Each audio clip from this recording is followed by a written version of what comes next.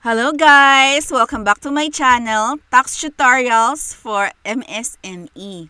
Naituro ko na sa previous videos ko kung paano mag-file ng BIR Form 1601EQ at kung paano gumawa ng quarterly alpha list of payees for the third quarter 2025. Sa ngayon naman, tuturo ko kung paano gumawa ng BIR Form 2307 sa point of view ng lessee or payor. Okay?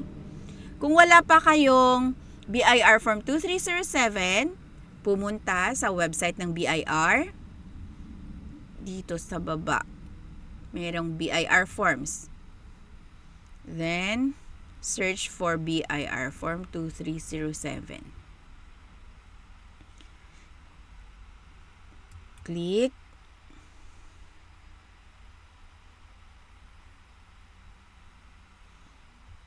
Ating BIR Form 2307, Certificate of Creditable Tax Withheld at Source. Ang dapat na gumagawa nito ay ang payor. Payor, for example, tayo, lessee. Pwede din ang payor ay customer. Halimbawa, bumili tayo sa supplier. So, before magbayad sa supplier of goods and services, magdideduct ng 1% or 2% na withholding tax. Kapag naman government yung payor, ang accountant ay gagawa naman ng BIR Form 2307, may withholding tax para sa percentage tax or VAT, at saka may withholding tax para sa income tax. Ganon. So, payor ang gumagawa dahil ang lagi kong example dito ay lessee, yung nagre-renta. Kasi ito yung mga small taxpayers, micro and small taxpayers, yan lang yung ating withholding tax. Kaya may explanation dito, may withholding tax para sa government payments. Merong withholding tax din para sa percentage tax at sa value-added tax. May video na rin ako para sa percentage tax na 2307. May binigay din akong sample doon. Sa ngayon, dito muna tayo sa BIR Form 2307 na ginagawa ng lessee at ibinibigay sa lessor for the 5% withholding tax from rent. Ito naman, ang 2307, gagawa naman ng lessor ng Summary Alpha List of Withholding Taxes at gagamiting tax credits. At ina-attach naman sa BIR Form 1701Q kapag quarterly at 1701 kapag annual. Kapag naman ng individual, 1702Q tsaka 1702 kapag annual. Okay. Meron siyang Excel editable file at saka BIR Form 2307 na PDF. Kung gusto mong mag-type na lang, pwede mo na lang itong i-download at i-edit. Yun. Meron na akong na-download dito. For example, itong aking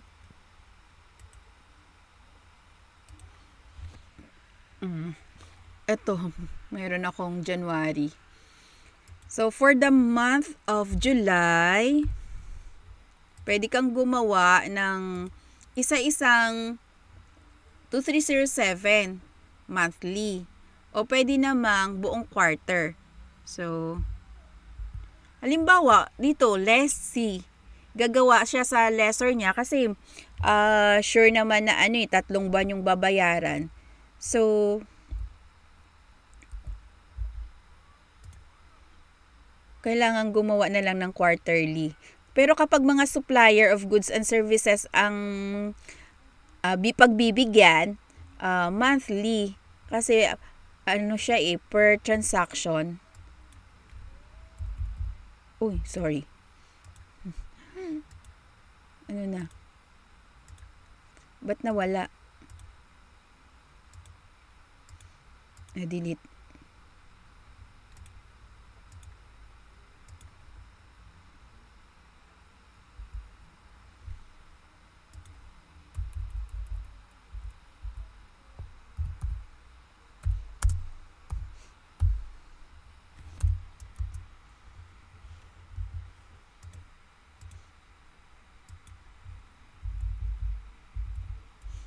palitan nyo lang ng inyong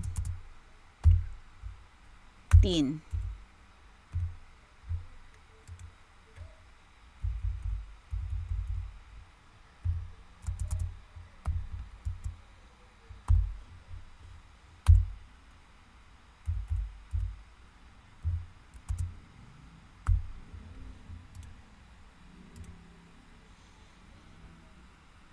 Pwede ditong i-click, right-click, edit text.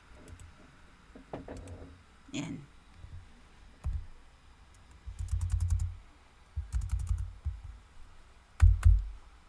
Lumalampas.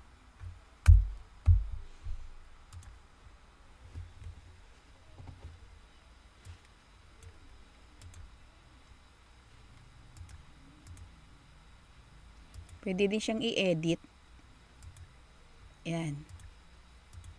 Right-click lang. Then, nag-e-edit siya. So, exit ganyan. Pwedeng i-format.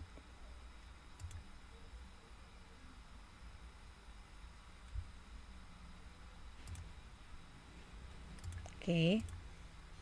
Pwede itong i-edit ang name ng payee, lessor. Then, address ng payee. Pwede dito. Okay. Kung mag-edit, i-right click, then edit text. Lagay yung zip code. Dito naman sa payer information. Ang payer tayo. Tayo yung lessee. Right click, edit text.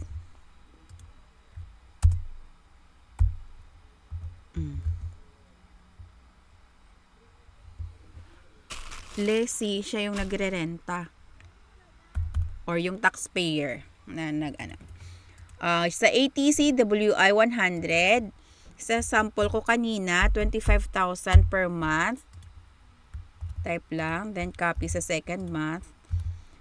25%, 25%, sorry. 5% withholding tax. So, 3,750 tax withheld for the quarter. Yun, i-total lang. Kung madami kayong type ng ATC na winidhold, i-total lang. Kapag ang government ang withholding agent, meron pang money payment subject to business tax. Pwede din government and private, pero bihira kasi yan magbawas yung private, mostly. Mandatory kasi yung government payments. Okay.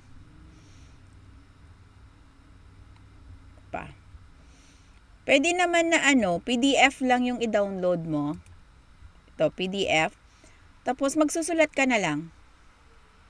I-print na lang ito at saka susulatan.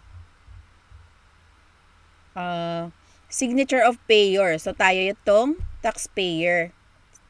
Then, ipapabigay din sa lessee. Sa lessor, sorry. Ito, payer. Payee. Lessor ang payee.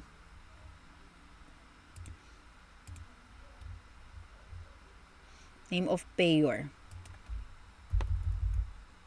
Kapag ang payer ay corporation, ang pipirma authorized representative. Kapag individual, yung owner. Or kung meron siyang authorized representative, pwede din authorized representative. Then, pipirmahan din yan ng payee or lessor.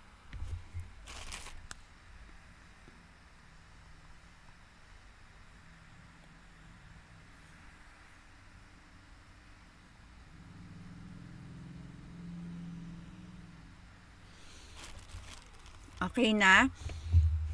Pwede nang i-print ito. Yan. Page 1 lang yung ipiprint.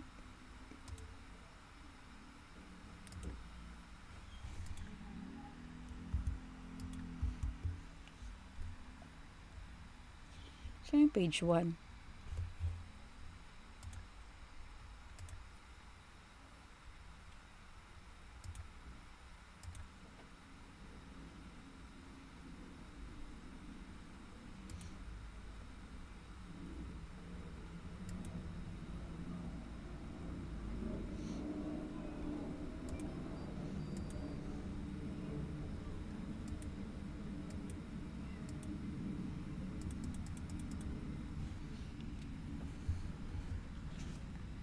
Yan, print na lang yung page 1.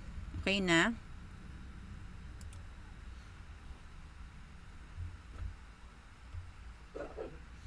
Okay guys, sana natutunan nyo na kung paano gumawa ng BIR Form 2307. Sa mga hindi pa naka-follow sa aking channel, please pa-follow po ako at paki-share na din para po marami tayong matutulungan ng mga kapwa natin taxpayers. Thank you so much. Bye!